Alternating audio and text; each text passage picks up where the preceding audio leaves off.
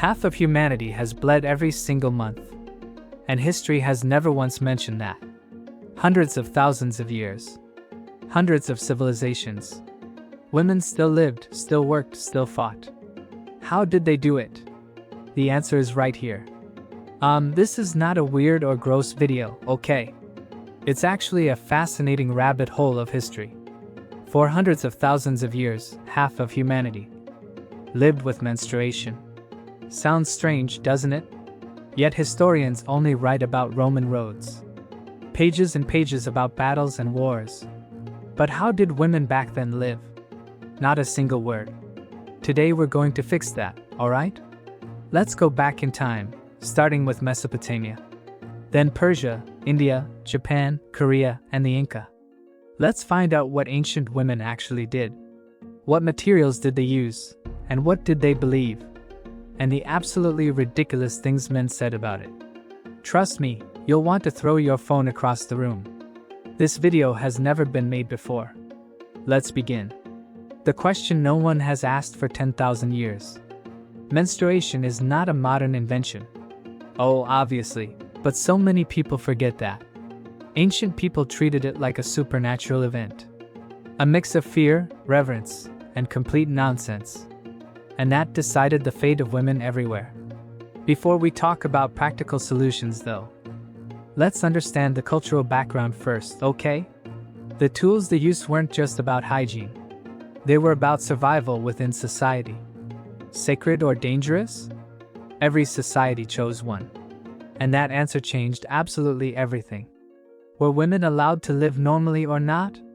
A lot of pressure, ladies. I'm being honest here. First, Mesopotamia, where the Euphrates River flows. The Sumerians had the earliest writing in the world. They recorded everything, including menstruation. Clay tablets from UR talk about gynecological diseases. Mesopotamian women often used soft linen cloth, or wool fibers from sheep raised all over the region.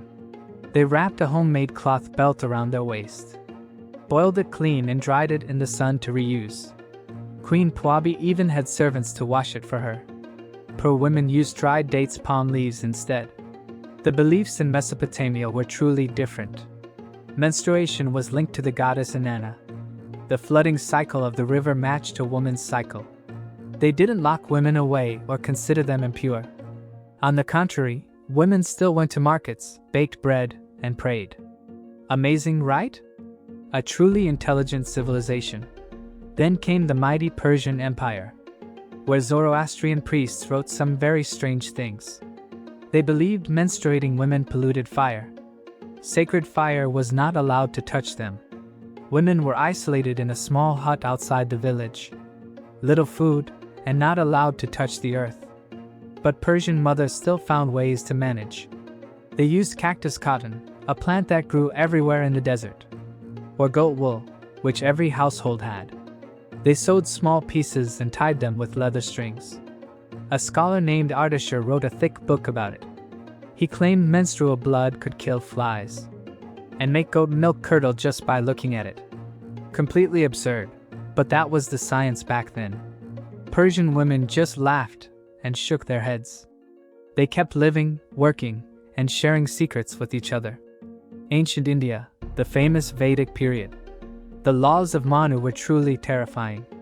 A man who sleeps with a menstruating woman will lose his mind, lose his health, strength, eyesight, and lifespan. A scary threat, don't you agree? Indian women couldn't cook during those days. No entering temples, no touching their husbands. But they had extremely sophisticated medical knowledge. Dr. Charaka described menstruation as necessary for detoxification. If periods were late, they used turmeric, ginger, and fennel. Midwives brewed medicine from neem leaves.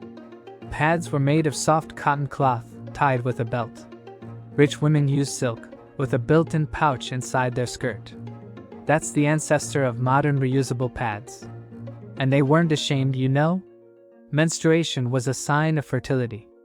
It was honored, not hidden away.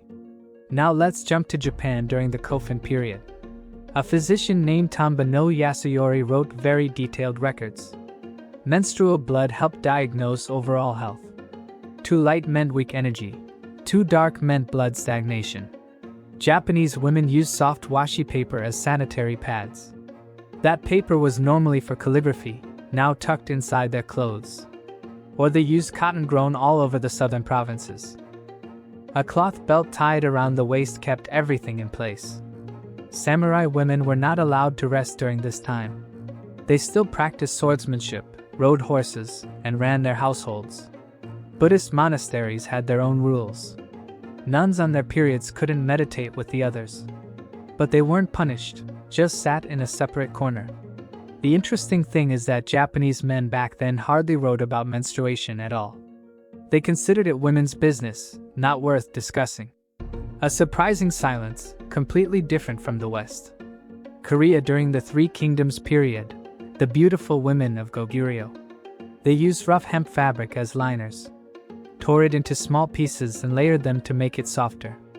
The Han River froze in winter, making laundry extremely painful. Women lit fires to warm the water before washing. That was a chore that took half a day every single month. But they had a secret: wood ash. Mixing wood ash with water to clean and remove odors. A primitive soap that worked surprisingly well. Korean culture saw menstruation as a connection to ancestors. Royal women had to report their cycles to the eunuch officials. If irregular, they were suspected of plotting something. Crazy, right? But commoners were much more relaxed. They had herbal remedies from mugwort and angelica root, drinking them to reduce cramps and regulate the cycle. This knowledge was passed down from mothers for hundreds of generations. Finally, the Inca Empire high in the Andes Mountains. The Inca had no writing, but they used colored strings. Those knotted cords recorded everything. A few of those cords mentioned women's cycles. They used fibers from the agave plant, very durable and absorbent. Cotton was also grown on the terrace steps. Inca women wrapped many layers of cloth around their hips. They believed menstrual blood was a gift from the moon. Daughters of the sun god had their own special time. During those days, they were excused from working in the fields. They went into a small house, where they wove fabric and cooked separately. It wasn't isolation as punishment, okay? It was to honor their rising spiritual power. When they returned, they were seen as purified and stronger. The Inca had a saying: moon blood nourishes the earth. They poured menstrual blood onto the fields as a sacred fertilizer. Did it work? Probably just a little nitrogen. But more importantly, they were not ashamed at all. Alright, we've traveled through 6 civilizations. Now take a breath and think about this. What does all of this actually mean? First, women were never passive victims. Everywhere, they found smart solutions. Using whatever was available: wool, cloth, cotton, leaves, ash. Knowledge accumulated over many generations. Second, the biggest barrier was never the materials. Wool was everywhere, so was cloth, you see? The real problem was the culture surrounding menstruation. When society saw it as dangerous, impure, shameful, they locked women away, banned them from working, banned them from contact. When society saw it as sacred or simply biological, women lived normally, without any disruption. The material solutions were the same, but the cultural consequences were worlds apart. Third, men wrote most of the historical records. They wrote from the outside, not from real experience. Ardashir and Manu told ridiculous stories. That doesn't tell us how women actually lived. It only tells us what men feared and misunderstood. Real knowledge lived within communities of women, and it was almost never written down. That's a historical loss we're still trying to piece back together. One more thing before this video ends. We haven't talked about the pain, the suffering. Menstrual cramps are real and have always existed. Mesopotamian women used wine soaked with cinnamon to ease the pain. Persian women applied warm water bags to their lower bellies. Indian women chewed fennel seeds and fresh ginger. Japanese women drank warm chamomile tea with honey. Korean women massaged their lower bellies with sesame oil. Inca women chewed very small amounts of coca leaves to reduce contractions. Most of these herbs actually work. Chamomile, ginger, cinnamon, fennel, they really do relax smooth muscle. Ancient women didn't have laboratories, but they had time. Thousands of years of trial and error, then passed down to their daughters. It's time we started telling this story seriously. You see, history isn't just about kings and wars. History is also about simple, intimate, deeply human things. Did you know, women from every era were this strong? They deserve to be mentioned, not forgotten. If you found this video valuable, please hit like. Subscribe so you don't miss the next stories. I'll tell you so many other fascinating things. Human history is vast and full of surprises. Please like and subscribe if you enjoyed this. Thank you for listening. See you next time.